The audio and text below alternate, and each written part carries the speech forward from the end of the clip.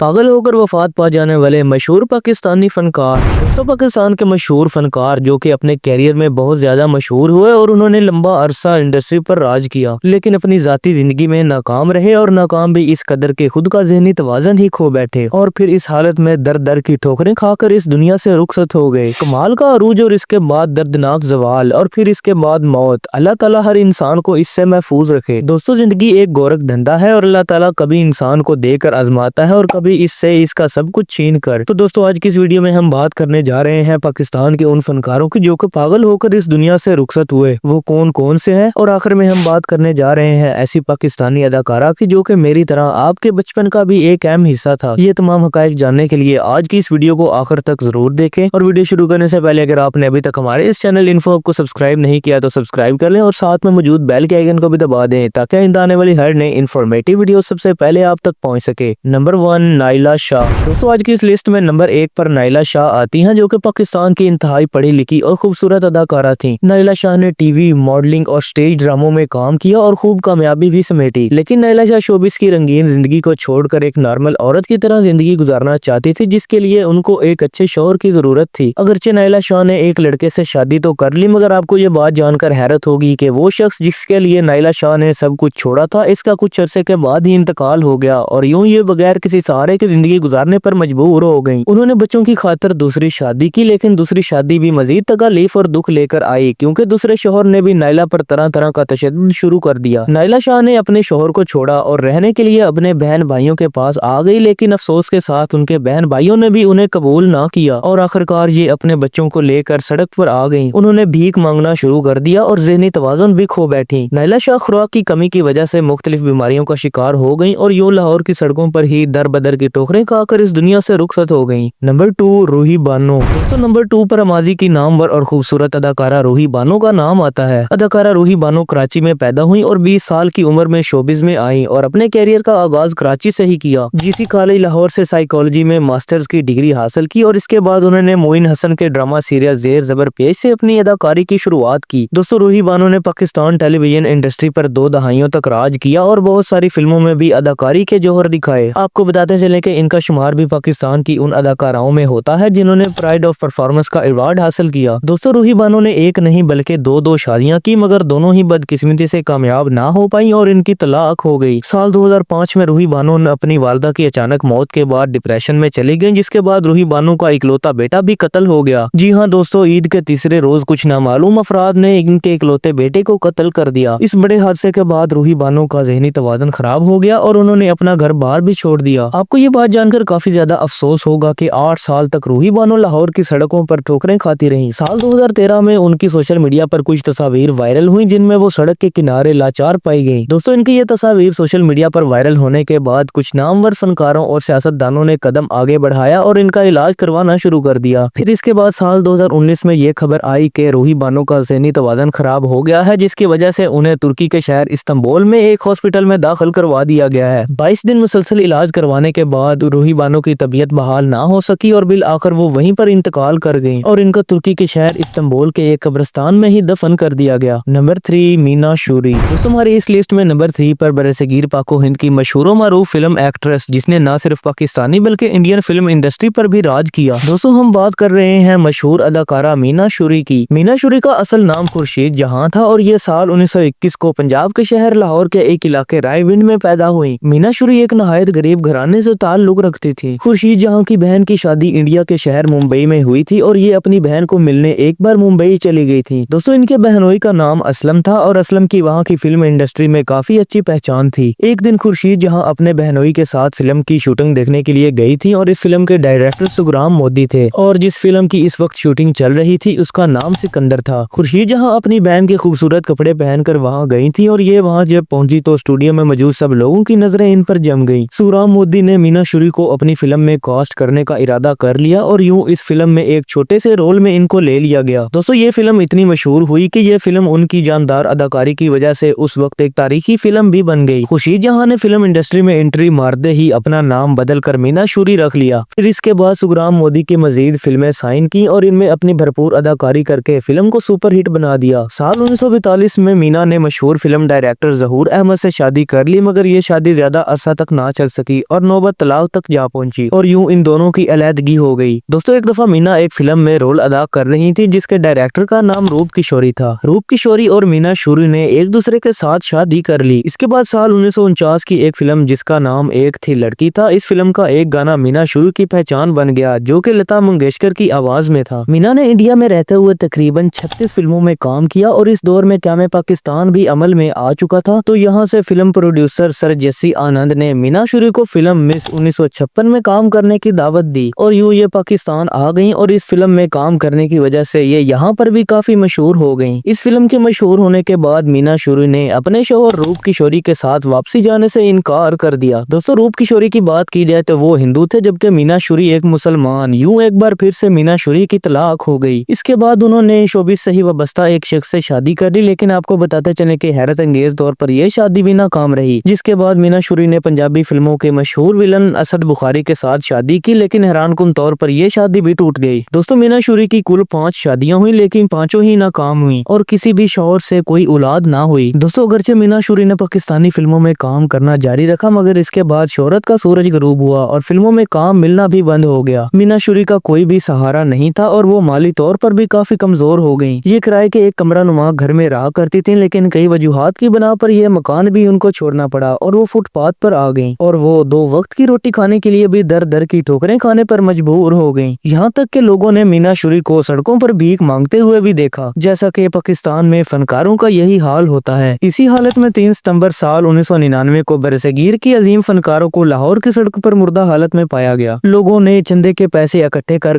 उनकी नमाज जनाजा पढ़ाई और उन्हें लाहौर के अंदर मियानी साहब के कब्रिस्तान में सुपुर्दे खाक किया गया। नंबर 4 नुसरत आरा।